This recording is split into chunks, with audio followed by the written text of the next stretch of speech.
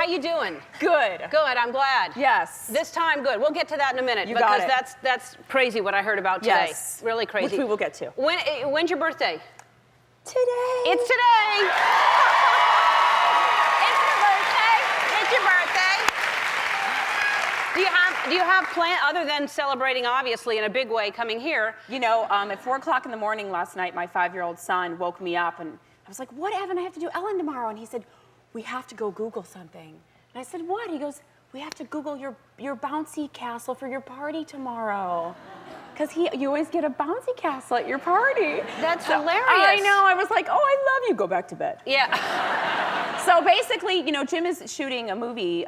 He's shooting nights right now, so it will be myself and Domino's Pizza tonight. That's and a bouncy castle. And a bouncy castle. Now, that's a shame. You should have gone ahead and gotten a bouncy castle. I did. It's on its way, actually. Yeah, really? Yeah. Well, I know that Jim is working, and that's hard because he's working late and he can't be here right now.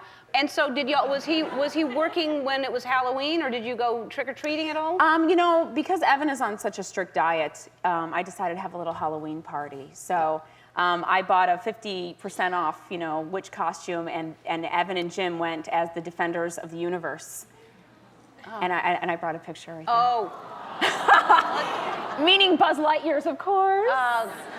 That's adorable. Isn't it? That's adorable. So you just celebrated at home? Yeah, we just celebrated at home. We didn't go trick-or-treating. Well, that's all that matters, really, is that you get to dress up. That's most of it. Yeah. All right, so let's talk about this. When I was referring to how are you, and she said, great. The last time you were here, you were promoting your book.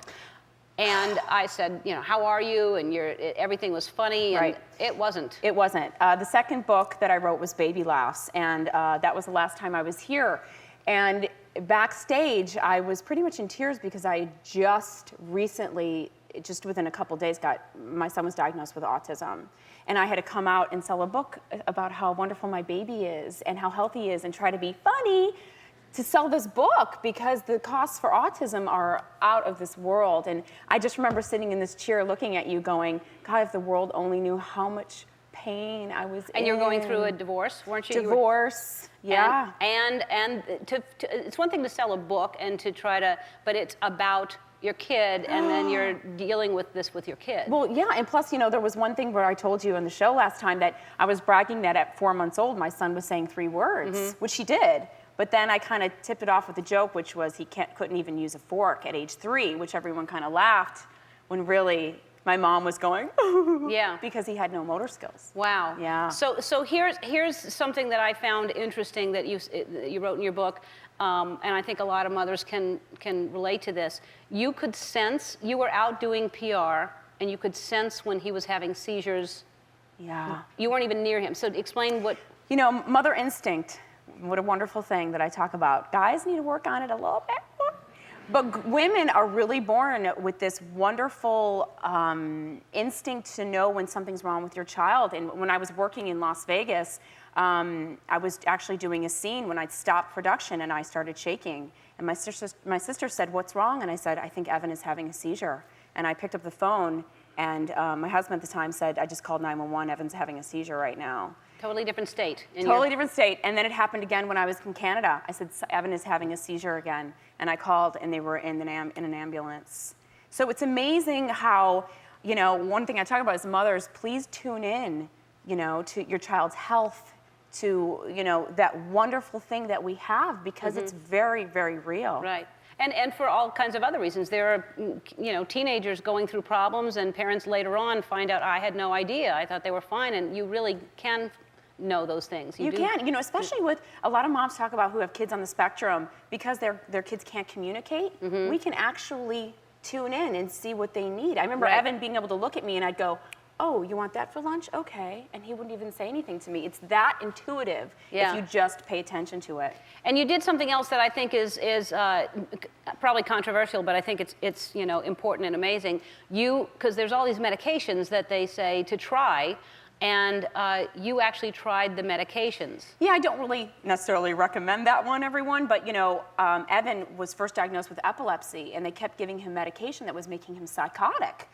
really to the point of hallucinating, hurting himself, not recognizing me. And we kept switching medications. And then finally, because he couldn't communicate with me, I decided to start taking them myself to see how it made me feel. And one of the ones, you know, I looked at him and I noticed he was drooling and kind of slurring and lost the only speech he had.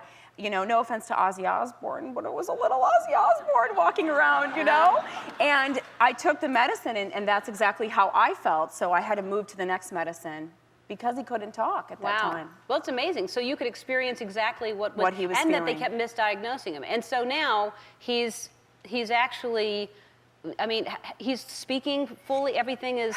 You know, definitely everything happens for a reason, and I know that God had given me Evan for this purpose, to write books and share this with the world, but, you know, I got Evan to a place of recovery through diet, gluten-free, casein-free diet, which is a wheat-free, dairy-free diet. I went online and found all this on my own. You know, I didn't get the, sorry, your son has autism pamphlet, here's what to do next. Right. You know, just 2 years ago, it was find it on your own, up until now, actually. And, you know, looking online, I go, there are thousands of mothers who have treated their kids and recovered them and got them better. And I thought, why isn't this on the news? Why isn't everyone sharing this information? And I'm so grateful to God right now I can and say, guess what? It doesn't happen for everybody, but it happens for some. And if it's possible, why not try it? And Evan's in a typical school. Well, there's something that he said recently. We have to take a break when we come back because I love when you asked him a question or he asked you. We'll be right back. We're back with Jenny McCarthy, and what an amazing story this is because it's the statistics we were just talking during the break. It's like 1 in 94. 1 in 94 boys right now are born with autism, and you're saying that he has gone from, you know, Evan at one point was head banging his head on the floor, doing a lot of stimming, this is called, maybe saying 2-word things, you know, juice, mama, and this is all at, you know, 3 years of age. No social empathy, all of that kind of disappeared. And now he doesn't shut up. And so this is so sweet what he said to you. We were at a restaurant eating, this was only about a month ago, and he said, Mom, do you remember when I used to be shy? Don't make me cry right now.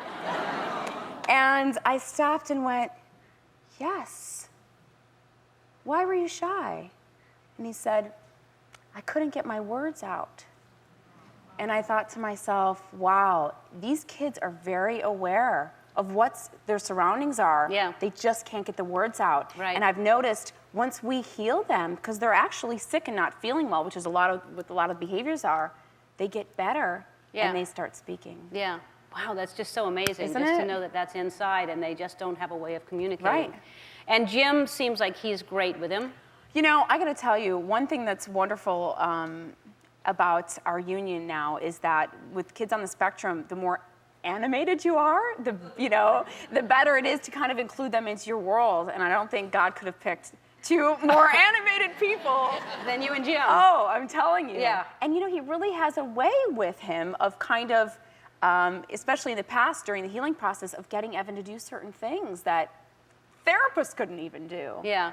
Well, that's so great. I mean, it's a beautiful thing that he's in your life and that you can share this and help other mothers out there that are struggling with this, and go online. Get your book, Louder Than Words, which is in stores right now, Louder Than Words, and just an amazing story. And also, you said you're going to go home and have Domino's tonight? That's not right. I know, by myself. That's not. I know you like pizza, but that's not your favorite pizza. What's your favorite pizza? Probably Chicago's Giordano's pizza. Yeah, Chicago, or like Lou Southside. Lou Malnati's. Oh, or that's something? even better. You like Lou Malnati's? Oh, I love Lou. Well, that's what you should have then. Bring it out. Oh, no way! Oh, my God! That's awesome! And we got tons more, like, we have a ton for you. Really? Yeah, like frozen ones. Can I tell you, the sausage one is the best. That's what we heard. Southside, Southside Chicago. Happy birthday. Thank you so much. All right, again, Louder Than Words is in stores now. We'll take a look at some web videos when we come back. Don't go away.